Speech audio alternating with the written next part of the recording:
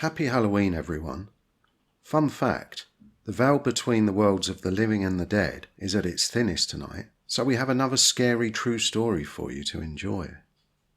But first I have an announcement. Spooks is going for a rebrand, or a facelift if you like, and it's now called Dr Frightscare.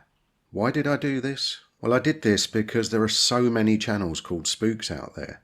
I didn't feel it was giving me my individuality. I wasn't unique when my name was searched.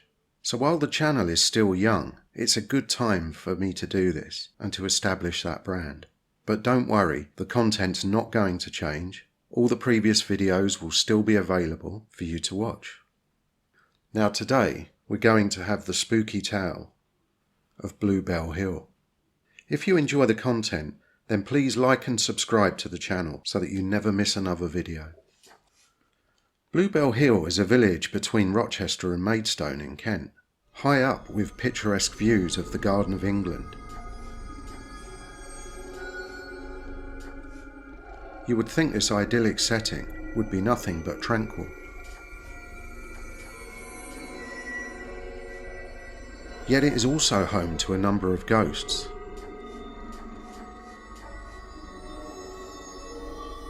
The most famous being that of bride-to-be Suzanne Brown. On the night of November 19th, 1965, 22-year-old Suzanne, along with two friends, were out celebrating. She was due to be married the following day, until tragedy struck when her Ford Cortina collided with a Jaguar. One of the girls died at the scene. The other two died later in Maidstone Hospital. Since that time, there have been many sightings of a girl matching the description of Suzanne, wearing a bridal gown. In 1971, a man was driving home from work when he spotted a girl in the middle of the road. She was in her early 20s and appeared in front of his car.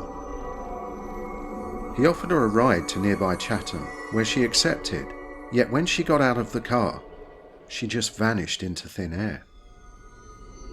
Other sightings included motorists seeing a woman just jump out in front of their vehicle, only to vanish afterwards. Again in 1992, there were reports of a woman jumping out in front of cars. The drivers would hit her, get out of their car, only to discover there was no body to be found. It was strongly believed that the spirit of this girl had found peace after many years of no activity, until February of last year, 2019. The A229, which was the road that the 1965 accident took place, was brought to a standstill early evening when many motorists witnessed a figure standing in the central reservation. This outline was distinct due to a downpour of snow that evening. It looked like an adult standing with a child. Do you think we are looking at dashcam footage of a real ghost? Or maybe some distortion due to the bad weather? Please give me your thoughts in the comments section.